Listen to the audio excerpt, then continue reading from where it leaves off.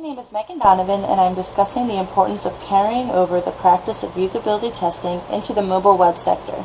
As mobile web usage continues to grow, so does the need for user-friendly, easily navigated mobile websites or apps, and therefore the testing usability is just as important.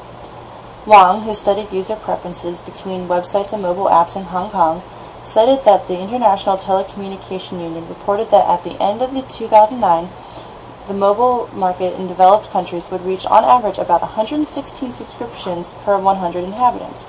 Still, Wang had found that mobile apps did not hold a significant user preference over their corresponding websites, which are accessible via a laptop or desktop computer. Mashable created an infographic to describe today's smartphone and mobile web use. Now, according to Mashable, 27% of mobile phones in use are smartphones, which are mobile phones built on operating systems with advanced computing capability and connectivity. Due to continual usage, growth, and popularity, Mashable predicts that mobile internet usage will surpass desktop usage by 2014. Also, while games seem to dominate Mashable's data, mobile web search is still used 50% of the time. Forbes' Savitz writes, "The future of business depends on mastering the mobile channel, which includes company mobile websites or apps. Easier to use, faster to load mobile web options will prevent deterring users." There isn't always a need to make an app for that.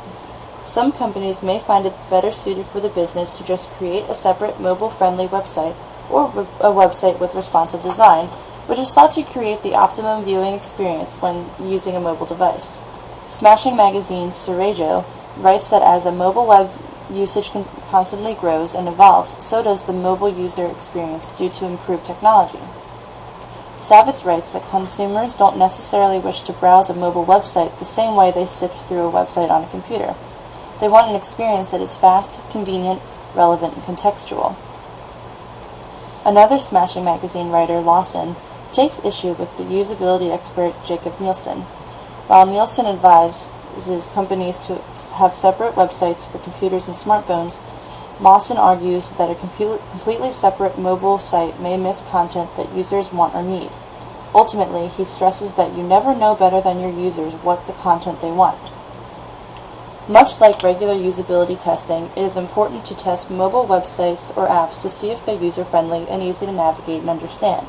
The popularity of smartphones continues to grow, and yet Pendel and Bowman note that there is not much along the lines of mobile website usability testing, reporting that it is only briefly mentioned.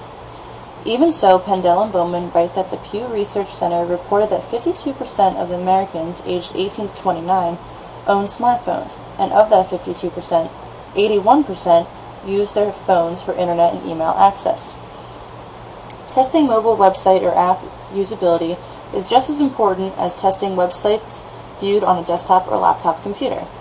Similar to internet browser and computer operating system differences, mobile web developers must keep in mind the many mobile device options such as iPhones, Androids, and BlackBerry phones, tablets, their operating systems, and screen sizes. Brown lists answering 3 questions as essential to creating a good usability plan and test.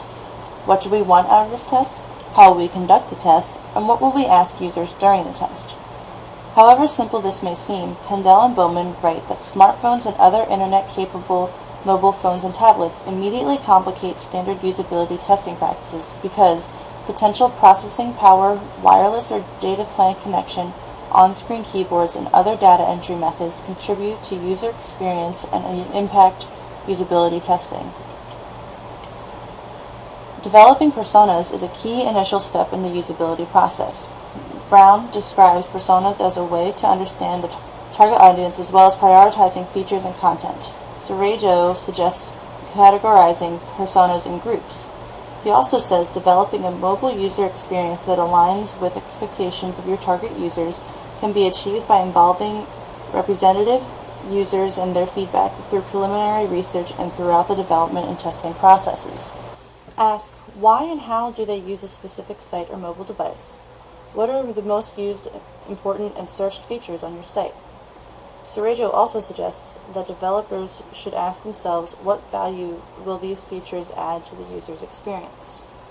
In my own usability testing, I learned that a simple navigation is an important aspect of a user's experience. Cerejo says you need to have an even simpler approach. A smaller screen accessed by touch or trackballs requires reduced categories, clear and concise labels, obvious links, and other tweaks to complete the tasks quickly and efficiently. I'm surprised by the lack in mobile web usability testing. All products in some way need to be tested. Krug wrote that if you want a great site, you've got to test. The more people begin and continue to use smartphones and tablets, the more imperative it will become to test, test, test.